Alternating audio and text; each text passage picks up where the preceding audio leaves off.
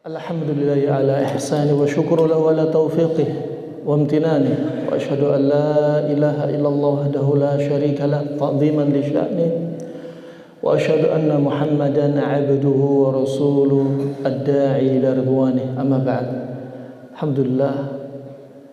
Alhamdulillah bi ni'ami wa karamih wa mannih bisa berjumpa dengan senior tentunya Bapak Kiai Sinwani, dan ketika kami mendengar cerita tentang keberadaan beliau, ma'had beliau, pondok beliau, sepak terjang beliau dalam dakwah, ingin rasanya kami berjumpa dengan beliau, menimba ilmu. Nah, dan pada kesempatan subuh ini, setelah sholat subuh ini, masya Allah, malah saya disuruh duduk di sini, ya, mukrahun akhak la batal, dalam keadaan kepepet dah duduk di sini, dan beliau malah duduk di bawah. Ya Allah, ya, harusnya saya yang di bawah, beliau di sini. Sekali lagi kepepet, bukan karena berani, ya. Dan alhamdulillah senang sekali melihat saudara-saudara saya sebelum subuh sudah di masjid, sudah antri. Ini ajib, ya. Dikala kaum muslimin sedang enak-enak tidur, ya, dengar alarm kadang nggak bangun, azan kadang nggak bangun, setan enak mengencingi telinga mereka, dijadikan toilet. Tapi antum masya Allah di usia yang sangat muda, ajaibnya, ya, Allah lebih heran dengan orang-orang kayak antum-antum semua, para penuntut ilmu. Usia yang kayak gini sibuk apa? Menuntut ilmu. Kalau orang sudah sepuh, sibuk apa? Beribadah, maka Allah nggak heran seperti mereka, karena memang sudah sepuh. Tapi yang ajaibnya, hati-hati antum apa? Mu'allaq bil masajid, bergantung pada apa? Masjid, rumah-rumah Allah Subhanahu wa taala. Termasuk nanti akan menjadi apa? 7 golongan yang dikasih teduhan oleh Allah Subhanahu wa taala. Ya, subhanallah, ajib. Bergantung pada masjid, sholat 5 waktu di masjid, menuntut ilmu di masjid. Bayangin yang waktu itu di padang mahsyar sangat rata, nggak ada teduhan, nggak ada batu-batuan, nggak ada yang lebih tinggi, semuanya datar. Matahari didekatkan 1 mil di atas kepala kita. Padahal panas yang kita rasakan, apalagi di Madura, matahari di atas kepala kita 49.525.000 kilometer. Bayangin kalau nanti di atas di padang mahsyar 1 mil, katakan 1,6 kilo. Di antara manusia ada yang keringatnya menenggelamkan diri mereka, ada yang keringatnya sehidung, keringatnya sedagu, keringatnya sebahu, keringatnya sedada, keringatnya sepusar, keringatnya selutut, keringatnya sebetis, keringatnya semata kaki. Semua itu apa? Al jaza min jinsil amal, tergantung amalan kita di dunia. Semakin banyak amalan dosa kita di dunia, keringat semakin menenggelamkan diri kita. Subhanallah, ya, nggak ada kecuali apa? Kerugian. Dan alhamdulillah, sebagaimana dikatakan seorang ulama zahid, zuhud di masa silam, namanya Ibrahim bin Adham. Dia sudah berwasiat, ya, fa wallah sayarfa al-bala fi hadhihi al-ummah min rihlati ahli al-hadith. Demi Allah, musibah, cobaan yang menimpa pada umat akan Allah angkat musibah dan cobaan tersebut karena apa? Karena rihlahnya ahlul hadis. Dan anda semua termasuk ahlul hadis, ahlul ilm. Harusnya musibah sampai di Madura, di Bangkalan, bisa jadi dicabut sama Allah, nggak jadi ditimpakan. Kenapa? Karena aktivitas para penuntut ilmu ingin memberantas kebodohan dalam dirinya. Demikian, tujuan menuntut ilmu bukan untuk bodohin orang lain. Tujuan menuntut ilmu bukan untuk mengkafirkan saudaranya. Tujuan menuntut ilmu bukan ingin dapat amplop. Tujuan menuntut ilmu bukan ingin banyak-banyakan pengikut, tapi apa? Yang pertama, angkat kebodohan dalam diri kita. Ini nih, awal niat. Kalau awal niat sudah nggak benar, nanti teracuni niat kita, ya. Ini akan menjadi apa? Di antara kotoran-kotoran dalam dakwah. Subhanallah, Allah Subhanahu wa taala telah berfirman, "Inna nahnu nazzalna dzikra wa inna lahu lahafizun." Kata Allah Subhanahu wa taala, kamilah yang menurunkan adzikr. Ulama menyebutkan adzikr yaitu apa? Al-Qur'an dan as-sunnah al-mutahharah. Kamilah yang menurunkan Al-Qur'an dan as-sunnah al-mutahharah, dan kamilah yang menjaga adzikr tersebut. Subhanallah, ya. Allah lah yang menjaga Al-Quran, Allah lah yang menjaga As-Sunnah. Bagaimana caranya Allah menjaga?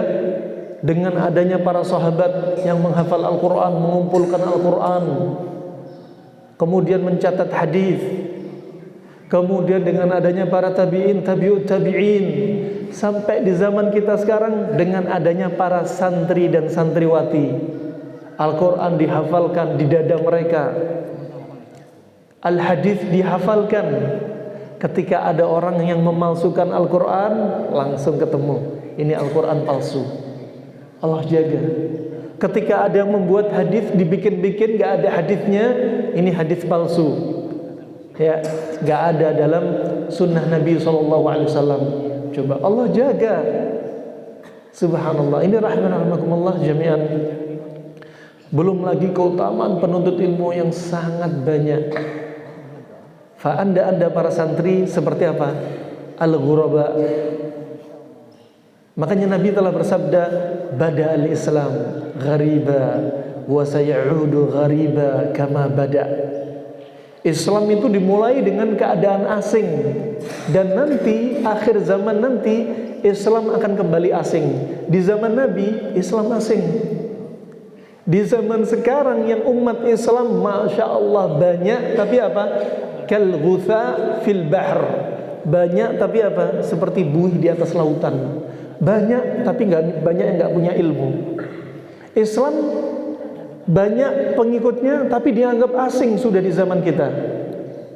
Seperti subhanallah, ya, ketika di antara anda menegakkan sunnah bimbingan Nabi SAW, dianggap anda aliran baru, padahal itu sunnah.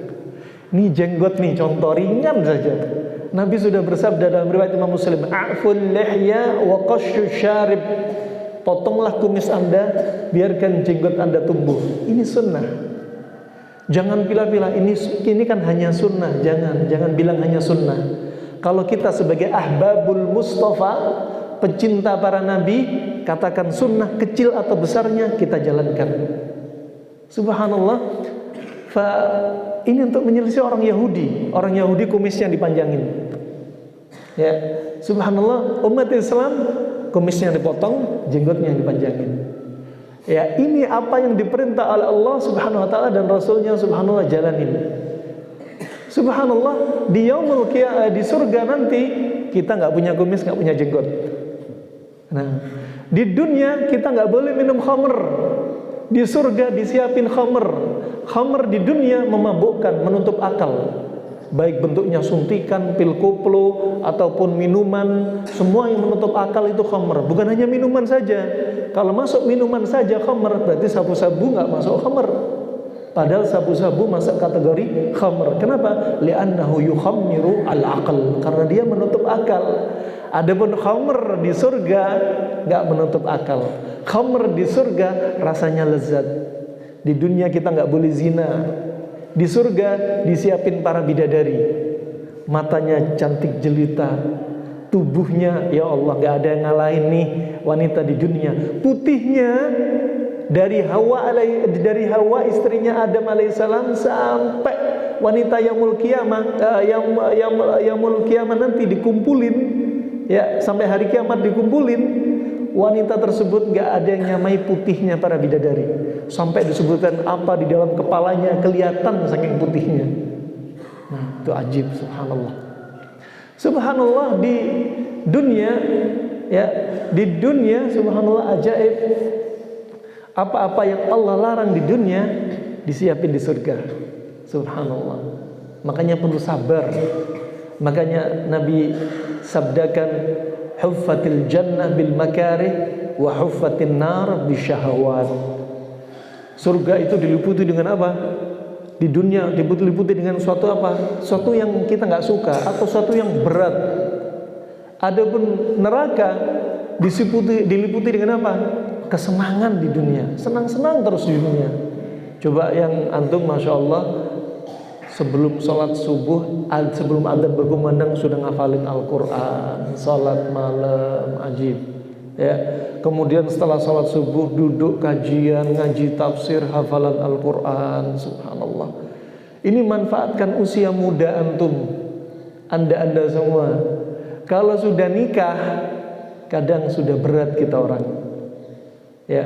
Ketika sekarang manfaatin. Makanya al-hifdz inda sighar kan nakash fawqa al-hajar, wal hifdz inda al-kibar kan nakash fawqa al-ma'.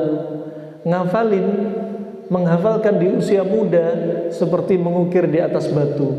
Kalau sudah menghafalkan di usia tua seperti mengukir di atas air. Ini kesempatan nih usia antum. Nah, untuk apa berikutnya? Jadi ghuraba. Siapa itu ghuraba? Orang yang asing, hidup di tengah orang-orang yang jauh dari ilmu, hidup di tengah orang-orang yang suka berbuat maksiat, hidup di tengah-tengah orang yang betul-betul apa? Banyak nggak tahu Islam. Subhanallah, sekarang orang sakit, ya, berobat kemana? Ke dukun. Wah, ini tugasnya anda semua. A'dhamud dzulm asy-syirk wa a'dalul 'adl at-tauhid. Kezaliman yang paling besar adalah kesyirikan, dan perbuatan adil, ya, yang paling besar adalah tauhid. Subhanallah. Makanya antum jadi ahli tauhid. Orang berobat harusnya ke ahli pengobat, mau ke dokter, mau ke herbalis, mau ke terapis. Orang berobat ke dukun, nggak pernah belajar ilmu pengobatan. Kalau mau berobat, masya Allah, datang kepada orang pintar. Orang pintar kadang cuma julukan saja. Orang pintar kadang penampilannya kayak orang pintar. Nah, penampilannya masya Allah ajib, seperti orang alim. Ketika ada orang sakit, mau diobatin, bentar ya, saya sholat 2 rakaat dulu. 2 rakaat sholat di kamar, lampunya dimatiin. Katanya dapat wangsit, nanti nulis resep. Padahal dapat bisikan dari jin. Ini apa namanya? Isti'anah bil jin, minta tolong pada jin. Dan hukumnya apa? Syirik, nggak boleh. Anda tegasin, ini syirik billah, nggak boleh. Ya, karena ibadah tidaklah diterima kecuali harus memenuhi 2 syarat. Ikhlas karena Allah, nggak boleh ada kesyirikan, dan ibadah tersebut mencocoki bimbingan Nabi SAW. Makanya kita bersyahadat ada unsur ini, asyhadu an la ilaha illallah. Untuk apa? Memanifestasikan tauhid, menafikan semua kesyirikan. Wa asyhadu anna Muhammadar Rasulullah. Apa? Untuk kita menampakkan pengikutan kita, ittiba kita kepada Nabi, dan menjauhi dari amalan-amalan yang enggak diajarkan Rasulullah SAW. Subhanallah. Rahman wa rahmatullah jami'an. Ya, antum masya Allah, bapak-bapak ngirim ke sini, anda semua para santri dikirim ke sini untuk apa? Menuntut ilmu. Tentunya menuntut ilmu sebagaimana nasihat Imam Syafi'i, butuh biaya, butuh waktu, butuh guru, butuh kesabaran, butuh kecerdasan. Ada modal di situ. Anda belajar di sini ada modal, ya. Maka apa? Korbankan waktu, wakafkan umur anda semua untuk Allah. Wakafkan umur anda untuk Allah Subhanahu Wa Taala. Nah, nggak usah mikir, aduh jadi santri nanti mau jadi apa? Nggak usah dipikir. Aslih akhiratak, aslahakallahu dunyak, kata para ulama.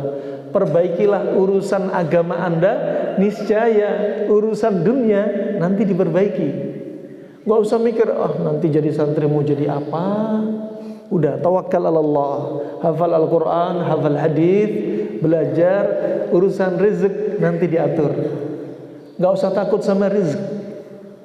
Ya, yang takut kalau kita jadi orang bodoh, yang takut kalau kita jauh dari Allah, yang takut kalau kita nggak punya ilmu, nggak punya barometer, sehingga kita apa? Tergeret sama arus.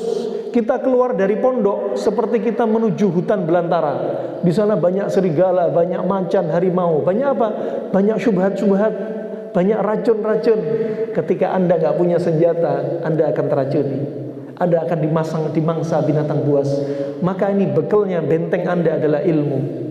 Musuh-musuh Allah gak takut Anda punya senjata. Musuh-musuh Allah gak takut Anda apa? Badannya kuat, jago bela diri. Ya, musuh-musuh Allah gak takut Anda punya tameng dan sebagainya. Tapi musuh Allah lebih takut kalau Anda pegang Al-Quran, Anda pegang sunnah. Ini rahmatullah. Islam jaya bukan karena senjata. Islam jaya bukan karena fisik. Islam jaya bukan karena makanan. Islam jaya bukan karena ekonomi. Tapi Islam jaya karena iman. Para sahabat Nabi perang hanya pakai satu kurma, dijilat, dimasukin lagi, perang, dijilat, masukin lagi, perang. Subhanallah. Dan Islam jaya apa? Karena Allah dengan perantara mereka. Karena keimanan, Masya Allah. Mereka bergelantungan di atas pohon makan daun. Nah, zaman sekarang subhanallah, penyakit hati, penyakit fisik. Penyakit fisik, Masya Allah, banyak-banyakan makan, badannya gede-gedean. Ya, kata Imam Ghazali, kata Imam Asy-Syafi'i, kata Ibnu Qayyim rahimallahu ta'ala, sesungguhnya banyak makan akan menghantarkan kepada penyakit hati, akan menghantarkan kepada perbuatan maksiat. Ketika banyak makan, syahwat dia banyak makan, akan memengaruhi hati dan kemudian melemahkan iman. Subhanallah. Santri makan belajar, makan secukupnya belajar. Kata mereka juga banyak makan ngurangi hafalan. Banyak makan, banyak minum, hati-hati, ngurangin hafalan Anda semua. Makanya jangan, para santri jangan banyak makan, jangan banyak minum. Allah sudah berfirman dalam surat Al-A'raf ayat 31, wa kulu washrabu wa la tusrifu, dan makan dan minumlah jangan berlebih-lebihan. Kata Imam Zurnuji, ulama tahun 600 Hijriah, dalam kitabnya Ta'lim Muta'allim, orang yang banyak minum akan menjadi pemalas. Hati-hati. Kenapa? Karena air sifatnya dingin. Dingin inilah bikin tubuh dingin, kemudian bikin otak dingin. Saat itulah hafalan lemah. Coba ulama klasik dan ulama sekarang menyebutkan resep-resep untuk menguatkan hafalan apa?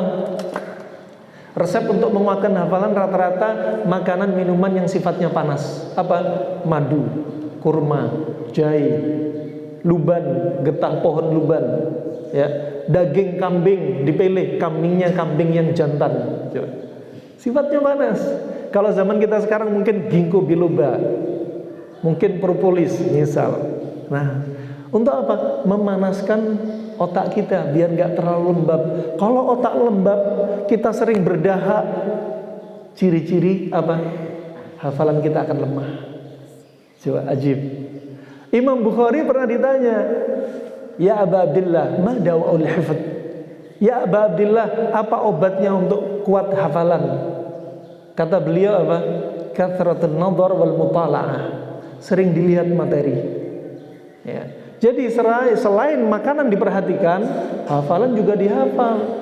Jangan konsumsi obat menguatkan hafalan tapi nggak pernah murojaah. Ya. Kemudian berikutnya juga hati-hati. Nasihat para ulama bahwasanya maksiat kita mengurangi hafalan kita. Hati-hati. Semakin melihat pemandangan yang haram, hafalan semakin hilang. Lemah, ngafalin hadis susah. Ya, makanya waktu itu ya Imam Syafi'i telah berkata kepada Waqi' ibnul Jarrah. Dia berkata, ya, kenapa hafalan ketika dia bertanya tentang kuatnya lemahnya, kenapa kok lemah hafalan, dinasihati sama Waqi' ibnul Jarrah bahwasanya itu karena perbuatan maksiat. Ya, karena perbuatan maksiat. Kenapa? Ilmu Allah la yu'ta al-'asi. Karena ilmu Allah itu enggak diberikan kepada orang yang berbuat maksiat. Ya, makanya ini bertentangan. Ada maksiat, ada taubat, ada surga, ada neraka, ada siang, ada malam, ada matahari, ada bulan, ya, ada laki, ada wanita. Allah ciptakan semua berpasang-pasangan. Nah, perbuatan maksiat apa? Akan menyebabkan cahaya Allah ini sirna, ya, akan menyebabkan sirna. Dan kita tahu apa sih maksiatnya Imam Syafi'i di zaman lalu dibanding maksiat di zaman kita. Ada teman kita di zaman sekarang, ya Ustaz, ana walaupun lihat wanita berpakaian tapi telanjang, hafalan ana nggak hilang, katanya. Bu, mak sombong gitu kan? Kok bisa, katanya? Iya, karena saya nggak punya hafalan, katanya. Rahimahumullah jami'an. Oh, ini trik-trik di antara untuk menguatkan hafalan antum. Makan jangan berlebihan, minum jangan berlebihan. Kalau ada yang bilang kalau makan jangan berlebihan sudah maklum. Tapi kalau ada orang yang bilang banyak minum itu bagus, tunggu dulu. Al-Qur'an konsepnya enggak kayak itu. Al-Qur'an sudah bilang, Allah bilang jangan banyak makan, jangan banyak minum. Makan sedang-sedang aja, minum sedang-sedang aja. Ternyata banyak minum juga bikin penyakit. Subhanallah, ajib. Di antara untuk para santri apa? Bikin males dan bikin hafalan lemah. Nabi juga bersabda dalam hadis yang diriwayatkan oleh Imam As-Suyuti dengan sanad yang sahih, kata Rasulullah apa? Innallah idza yuhibbu 'abdan hamahu fid dunya. Allah kalau mencintai seorang hamba, Allah akan jaga dia di dunia. Dijaga dari apa? Dijaga dari kesyirikan, dijaga dari amalan-amalan enggak diridhoi oleh Allah, dijaga dari maksiat, dijaga dari syubhat, dijaga dari syahwat, dijaga sama Allah di dunia. Kemudian apa kata Nabi lanjutnya dalam sabdanya? Kama yahmi ahadukum saqimahu minal ma'. Allah jaga Anda di dunia sebagaimana Anda, wahai para manusia. Anda misalkan ada santri namanya Muhammad. Muhammad ini ingin menasehati saudaranya, namanya satunya misalkan ya Abror. Ya, Abror, jangan banyak minum. Ya. Air minum yang kamu minum sekarang bahaya untuk kamu kalau kebanyakan. Ini seperti ini penjagaannya. Kok bisa? Seperti saudaranya menjaga dari saudaranya apa? Dari bahayanya air. Berarti air itu juga bahaya. Konteks hadis ini airnya air biasa. Gak ada air kemasan, instan. Gak ada yang jus-jusan di masa Nabi. Bukan airnya juga air yang haram. Bukan. Ini air yang halal, air minum. Ternyata juga menimbulkan bahaya. Nah, itu apa? Allah menjaga seorang hamba sebagaimana hamba ini menjaga saudaranya dari bahaya air. Misalkan ada di antara santri yang batuk pilek. Kalau batuk pilek, justru jangan kebanyakan air. Apalagi airnya air dingin, bakal tambah batuk pilek. Contoh, ya, ini rahmatullah perlu difahamin. Ya, ada orang yang masya Allah sudah di antaranya apa? Dia ini punya rematik minum air dingin. Sudah dingin, rematik itu kedinginan. Dikasih air dingin, tambah kedinginan. Makanya obatnya rematik rata-rata apa? Yang panas-panas. Jahe, ya. Kemudian cengkeh bisa, kemudian cabai Jawa, madu, habatus soda, obat panas-panas. Itu konsep. Dan Anda harus belajar juga selain ilmu agama, Anda bekelin diri Anda semua dengan ilmu kesehatan juga ternyata penting. Kata Imam Syafi'i apa? Disampaikan Harmalah dalam adab Asy-Syafi'i. Kata Harmalah, kana Syafi'i yatalahaf mimma dhaya'al muslimun min at-tibb. Dahulu Imam Syafi'i sangat sedih dengan kaum muslimin yang menyia-nyiakan ilmu pengobatan.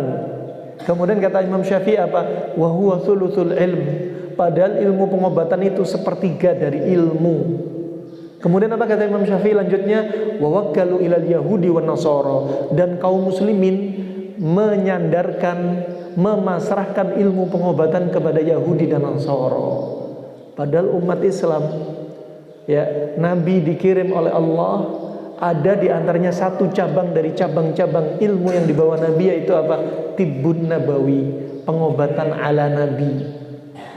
Kata Muhammad ibn Muflih dalam kitabnya Al-Adab Asy-Syar'iyyah, ilmu ini masuk dalam konteks ayat al-yauma akmaltu lakum dinakum, pada hari ini telah kesempurnakan untuk Anda semua agama Islam untuk Anda semua.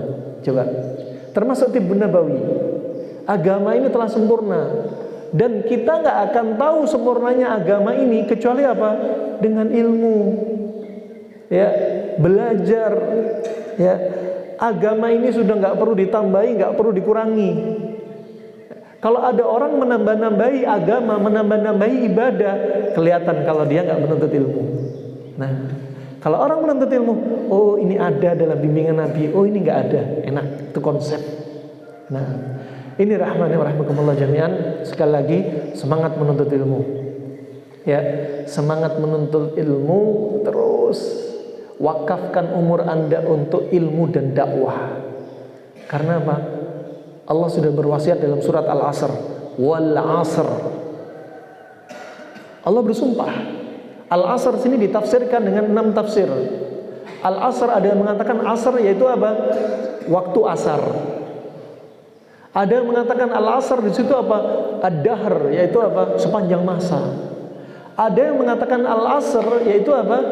Masa sebaik-baik masa, yaitu masanya Nabi Muhammad.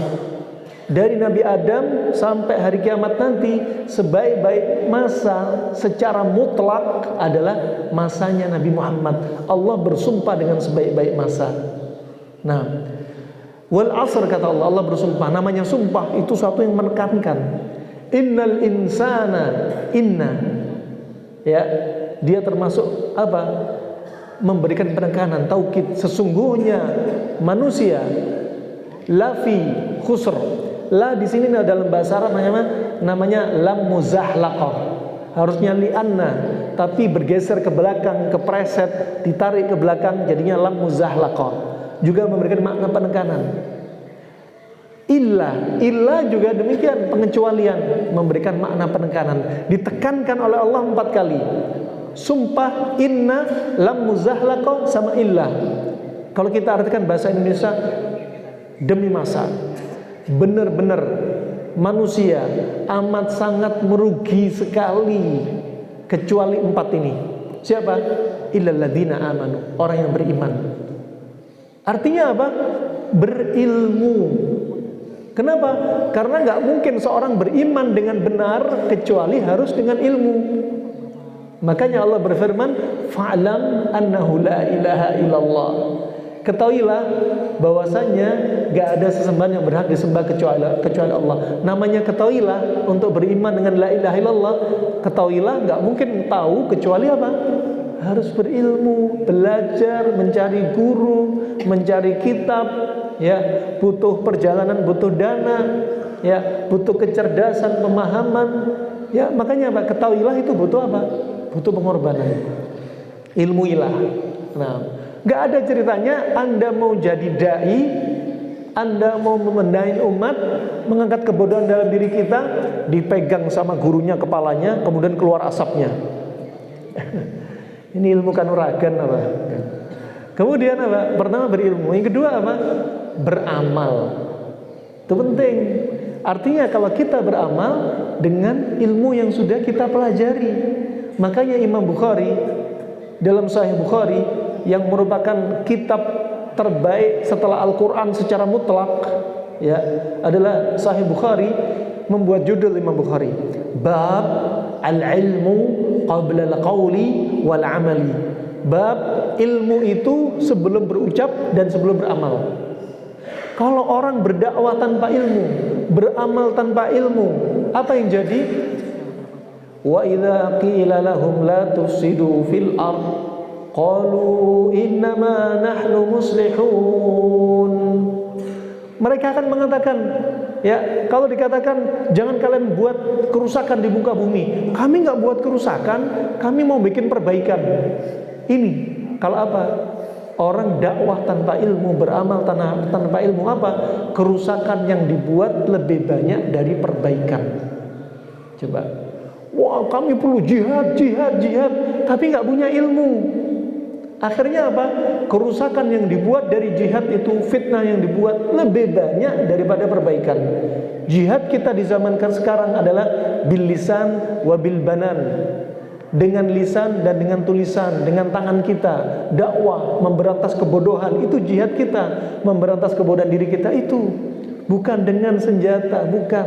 Saatnya kita perangi kebodohan diri kita dulu. Makanya setelah berilmu beramal. Setelah itu apa? Illal ladzina amanu wa amilus solihat wa tawassaw bil haqq. Dan nasihatilah dalam perkara kebaikan, yaitu berdakwah. Itu penting. Berilmu, beramal, berdakwah. Nabi sudah mengingatkan, ballighu anni walau ayah. Sampaikan dariku walaupun satu ayat saja. Ya. Akan ada saatnya nanti para santri keliling memutari Indonesia, memutari dunia, Anda berdakwah. Zaman sekarang ini teman-teman MBI, Muslim Biker Indonesia, yang pembinanya adalah Ustaz Subhan Bawazir, berdakwah dengan menggunakan motor. Ya, segala motor, mau mocil, mau moseng, mau moge. Ya. Nah, wah ini dipakai keliling ke pelosok-pelosok. Itu termasuk sarana dakwah. Dan insya Allah ada waktunya ya, beliau insya Allah sowan ke kiai kita ya, akan mampir ke sini, ada saatnya insya Allah, semoga dalam waktu dekat. Nah, dan subhanallah rahman wa rahmakumullah jami'an ya, akan ada saatnya Anda keliling di muka bumi. Keliling di muka bumi, tebar kebaikan sebelum Dajjal keliling tebar kerusakan dan keburukan. Semangat keliling dakwah. Nah, nanti di zamannya Dajjal gak ada motor, gak ada mobil, gak ada senjata, gak ada pesawat, gak ada bom. Kembali lagi ke kuda, kembali lagi ke apa, panah dan lain sebagainya. Semangat ya, buat perbaikan di muka bumi. Rahman wa rahmakumullah jemaah. Ini dakwah. Dan dakwah itu gak akan selamanya mulus, pasti ada halang dan rintang. Dakwah difitnah, di ini dan itu, sudah siap. Kalau Anda belajar di sini, Anda harus siap. Siap diri Anda diserang sama setan. Siap. Anda punya zikir pagi petang, dibentengi. Kata Ibnu Qayyim, zikir pagi petang seperti perisai besi bagi tubuh Anda. Mau diserang sama dukun, Anda juga siap. Anda bentengi dengan akidah yang benar, dengan zikir, dengan Al-Quran. Anda diserang musuh-musuh Allah, Anda juga siap. Punya ilmu bela diri, ilmu tentang menjaga fisik kesehatan Anda, ilmu agama, siap semuanya, Masya Allah. Nah, makanya subhanallah rahimahumullah, menuntut ilmu agama itu asyik, wallah, asyik. Ya, nikmat, lebih tepat dikatakan nikmat, bukan asyik. Kenapa? Karena kata asyik itu disertai syahwat, tapi nikmat. Subhanallah. Sebagian ulama berkata, seandainya para raja tahu nikmatnya para penuntut ilmu, niscaya kita akan dipenjara karena merasakan nikmat yang kita rasakan. Nah, wallah nikmat. Nah, kantum seperti berwisata, berjumpa dengan para sahabat, membaca kitab, dibawa alurnya kemana dalam kitab-kitab, Masya Allah. Kemudian setelah dakwah, Imam Syafi'i juga berwasiat, kalau kalian ingin melihat orang yang di atas al-haq, di atas kebenaran, lihatlah ke arah mana para panah dan busur itu mengarah. Jangan pikir orang yang di atas kebenaran orang yang paling banyak pengikutnya, paling ini aliran yang paling banyak pengikutnya. Bukan. Al-haq bukan dilihat dari banyak-banyakan. Al-haq dilihat dari hakikatnya. Apa? Ikut Al-Quran Sunnah dengan pemahaman salaful ummah, para sahabat radhiyallahu anhum ajma'in. Ketika seseorang itu semakin banyak musuhnya, ternyata dia ini ternyata di atas al-haq. Subhanallah. Itulah tantangan. Di Al-Quran sering disebutkan kata banyak-banyakan itu enggak disukai.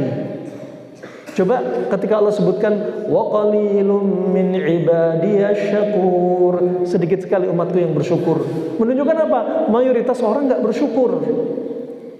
Dan Anda sekarang di sini jadi orang yang minoritas. Itulah ghuraba. Anda nanti dapat amanah untuk memperbaiki umat, dakwah. Ya, ketika orang subhanallah pacaran merajalela, ketika permisi homoseks merajalela, bahkan dilegalkan. Coba, mereka padahal Islam, tapi apa? Sudah nggak tahu kalau ini haram. Coba. Jadi Anda jadi orang asing. Ya. Kemudian yang berikutnya setelah berdakwah, Yang terakhir adalah bersabar. Wa tawasau bis sabr. Ini orang yang keempat yang dikecualikan oleh Allah dari semua orang yang merugi, empat jenis ini. Mereka bersabar. Nah, dan sabar hukumnya wajib, bukan sunnah. Kalau kita nggak sabar, cukup dikatakan kita terjatuh dalam dosa. Ketika Anda para santri, Anda calon dai dapat musibah, manusia dibagi menjadi 4. Dikasih cobaan, takdir buruk dari Allah, ada saudaranya meninggal, orang tuanya meninggal, atau lagi nggak dapat uang saku misalkan, ya. Atau misalkan ada yang sakit, dikasih musibah. Yang pertama sakit, kasih musibah marah. Ini nggak ada apa-apa di sisi Allah kecuali dosa. Padahal musibah itu untuk menghapus dosa kita. Ya, dikatakan oleh Syekh Abdul Qadir Al-Jailani, dia mengatakan, ya bunai, al-qadaru sub'un. Al-qadaru sub'un wa sub'u la ya'kulul maitah. Wahai anakku, takdir buruk dari Allah itu seperti binatang buas, dan binatang buas tidak makan bangkai. Apa maksudnya? Takdir buruk dari Allah akan mencari hati-hati Anda yang sehat. Takdir buruk dari Allah gak makan bangkai, gak mencari hati-hati orang yang mati, tapi cari hati orang sehat. Nah, itu makanya antum gak ada solusi kecuali sabar, bersyukur, ya. Dan subhanallah, nasihat beliau juga, innal musibah la ya'ti liyuhlikak. Innal musibah innal musibah ja'at la lituhlikak walakin litamtahina sabrak wa imanan. Sesungguhnya musibah itu bukan untuk mencelakakan diri Anda, tapi untuk menguji iman dan kesabaran Anda. Juga sebagian para ulama pendahulu berwasiat, laulal masa'ib la bu'ithna yaumal qiyamah khusrana. Kalau bukan karena musibah, takdir buruk dari Allah di dunia, niscaya kita di yaumul qiyamah akan menjadi manusia yang rugi. Kenapa? Karena musibah itu untuk menghapus dosa kita. Kalau kita nggak pernah dapat musibah, di yaumul qiyamah dosa kita masih numpuk. Nih, nanti kalau Anda dibekelin ilmu, dipegang nih semua. Sabar, ridho, syukur, nggak boleh marah dengan takdir Allah, nggak boleh suudzon dengan Allah, nggak boleh. Itu coba. Makanya hatinya orang dingin kalau dekat sama ilmu, dingin. Ada musibah, sabar. Ada sesuatu nggak disuka, sabar. Ini sabar. Naik berikutnya ridho, dikasih musibah ridho. Naik berikutnya yang paling tinggi, dikasih musibah bersyukur. Ini seperti kebiasaan para sahabat, derajatnya mereka. Nah ini, dan subhanallah, penyakit hati itu dibagi 2, syubhat dan syahwat. Syubhat itu apa? Kerancuan dalam agama. Syahwat kita, syahwat dari makan minum, syahwat wanita, syahwat harta.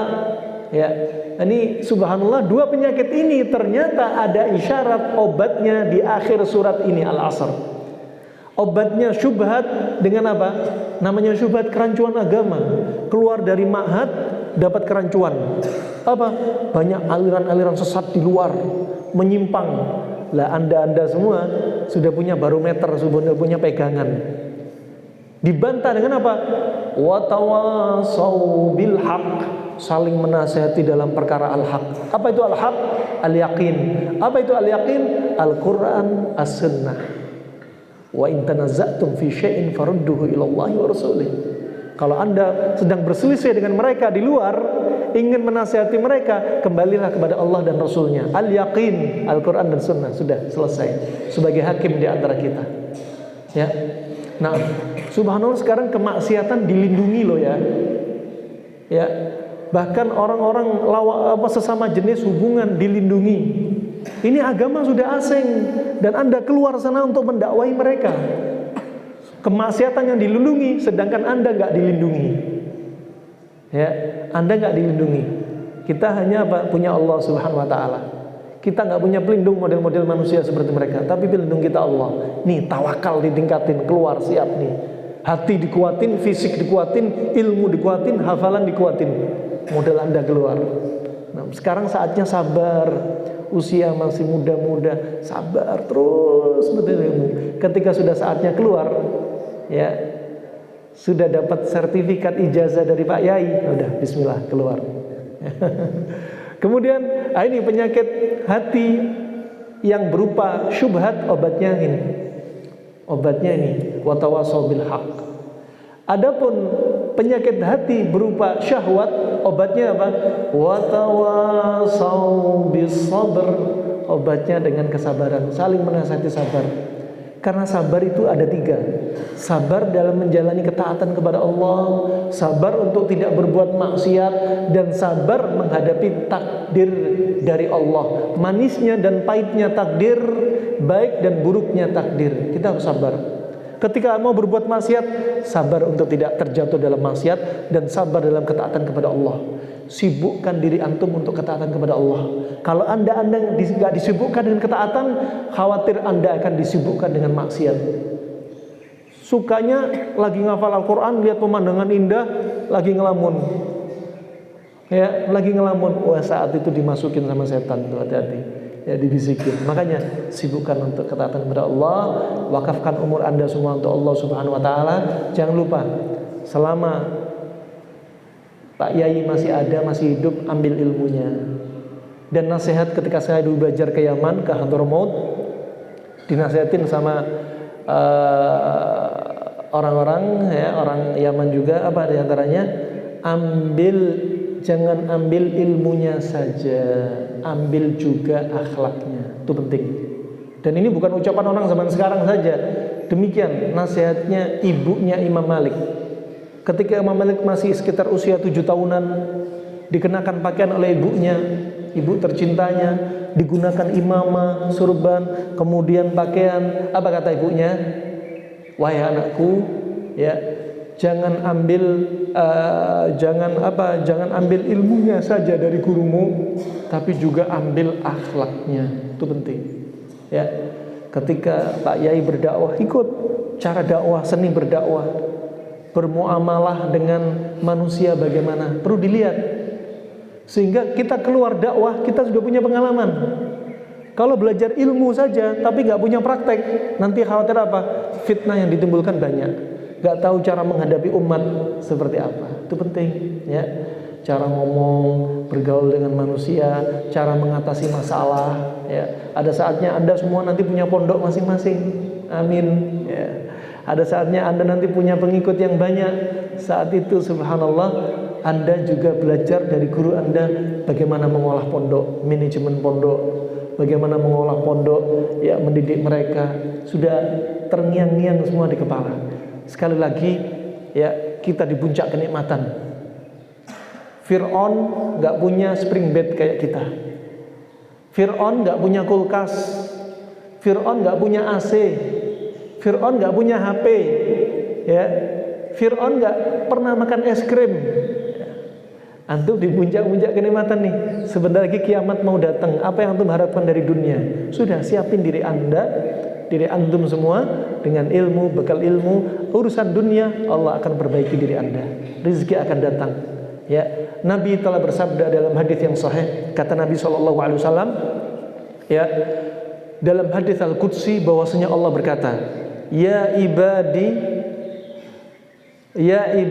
farriq li ibadah. Ya, wahai hambaku, jadikan kesempatan untuk beribadah kepada Allah. Kemudian apa kata Allah Subhanahu wa taala? Amla sadrak bil ghina. Ya. Kemudian aku akan penuhi dada anda semua dengan rasa kecukupan dan kekayaan. Wa illa, kalau anda nggak menyempatkan waktu untuk ibadah, apa kata Allah Subhanahu wa taala dalam hadits qudsi ini? Wa illa, kata Allah apa? Ja'altu faqrak biyadik. Aku jadikan kefakiran di tangan kamu, wa syughlan, dan kamu sibuk dengan dunia. Sibuk dunia tapi tetap fakir. Kenapa? Karena jauh dari Allah. Allah bilang apa? Ini ibadah. Niscaya aku berikan kecukupan pada hatimu, dan aku jadikan apa? Aku tutup kefakiran dari pintu dari dirimu. Coba, ditutup kefakiran, dikasih kekayaan. Sebaliknya kalau kita jauh dari Allah, jauh dari ibadah, maka apa yang terjadi? Allah akan berikan rasa fakir terus menerus, dan dada kita nggak ada cukup-cukupnya. Ini rahmatullah jami'an. Maka sekali lagi, ini menuntut ilmu itu penting untuk berantas kebodohan dari kita. Semua pintu kebodohan, ya, perbaiki niat Anda menuntut ilmu, ikhlas karena Allah Subhanahu wa taala. Juga perbaiki niat kita juga jangan kecewakan orang tua kita. Ngirim duit setiap bulan, masya Allah. Doa terus pada Allah agar antum sukses. Jangan khianati amanah orang tua kita. Dengan apa? Sibuk main-main, males-malesan. Itu apa? Khianat pada orang tua kita. Jangan sampai. Ya, semangat selalu ya untuk benahin umat ya yang sudah banyak di antara mereka meninggalkan ilmu. Nah, yang ilmu ini sudah wajib bagi setiap muslim dan muslimah. Nah, sepertinya itu saja sedikit pesan dari kami. Ya, alhamdulillah ada kita 3 orang datang dari Bogor, dari Jakarta, sengaja ingin keliling di Madura, sengaja pertama untuk sowan kepada Pak Yai, ya, senior kami, ya, dan kami yang butuh nasihat. Al barakah ma'akabirikum, keberkahan itu ada yang pada lebih sepuh dari Anda. Maka kami yang muda ingin belajar kepada Pak Yai dakwah. Gimana sih dakwah? Ya, masuk kepada umat itu gimana pengalamannya Pak Yai? Itu yang seharusnya kami, tujuan awal mula kami, ya, selain niat ziarah. Jangan lupa nanti antum sering ziarah, keliling, orang-orang soleh dikelilingin, ya. Karena apa? Ziarah akan menyebabkan Allah cinta sama kita. Kalau Allah sudah cinta sama kita, malaikat Jibril disuruh sama Allah untuk mencintai kita. Kalau sudah demikian apa? Malaikat Jibril memanggil malaikat yang lainnya untuk mencintai kita juga. Nah, makanya Nabi bersabda dalam hadits qudsi, wajabat mahabbati lil mutahabbina fiyya walil mutazawirina fiyya walil mutajalisina fiyya. Kecintaanku seyogyanya ku berikan kepada siapa? Orang yang saling berziarah karenaku, orang yang saling mencinta karenaku, orang yang duduk karenaku. Anda semua ini apa? Duduk karena Allah Subhanahu wa taala. Ya, makanya ulama berkata, yaitu apa? Afdhalul ibadah ba'dal faraid talabul ilm. Sebaik-baik ibadah setelah ibadah fardu itu adalah menuntut ilmu. Bahkan kata Imam Syafi'i, apa? Menuntut ilmu lebih utama daripada sholat malam. Keutamanya lebih besar. Kenapa? Sholat malam untuk diri kita sendiri. Kalau menuntut ilmu, mengangkat kebodohan diri kita, juga untuk mengangkat kebodohan orang di sekitar kita. Masalahnya lebih banyak.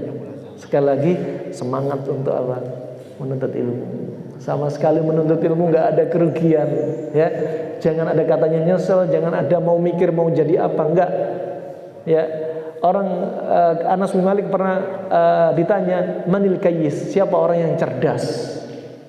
Ya, disebutkan orang yang cerdas adalah orang yang mikir bagaimana hidup kekal di akhirat, bukan mikir bagaimana kaya di dunia, bukan mikir bagaimana bisa istri 4, ya. Bukan mikir bagaimana punya anak buah banyak, bukan. Bagaimana caranya selamat yaumul qiyamah. Itu saja. Sekali lagi harap dimaklumi dari salah ucap saya jika ada kekurangan, jika ada benarnya dari Allah semata. Jangan lupa saling mendoakan, ya. Jangan lupa saling mendoakan dan jadikan umur kita berkah, ya. Karena kita akan ditanya oleh Allah waktu kita, usia kita, umur kita dipakai untuk apa, kesehatan kita juga akan ditanya, harta kita juga akan ditanya. Ya, semoga Allah selamatkan kita semua. Semoga Allah istiqomah kita di atas ketaatannya. Semoga Allah angkat kebodohan dari diri kita. Semoga Allah berikan petunjuk sebaik-baik petunjuk kepada para pemimpin kita. Semoga Allah hancurkan orang-orang yang punya makar di negeri ini. Semoga Allah jadikan kita orang yang aman di negeri kita sendiri. Amin ya rabbal alamin. Jazakumullah khair kepada Pak Yai dan juga para pengurus, ya, dan santri semua yang hadir di sini, ya. Saya haturkan jazakumullah khair atas semua sambutannya, ya. Dan tidak lupa kita tutup doa kafaratul majlis. Subhanakallahumma bihamdik asyhadu an la ilaha illa anta astaghfiruka wa atubu ilaik. Wassalamualaikum warahmatullahi wabarakatuh.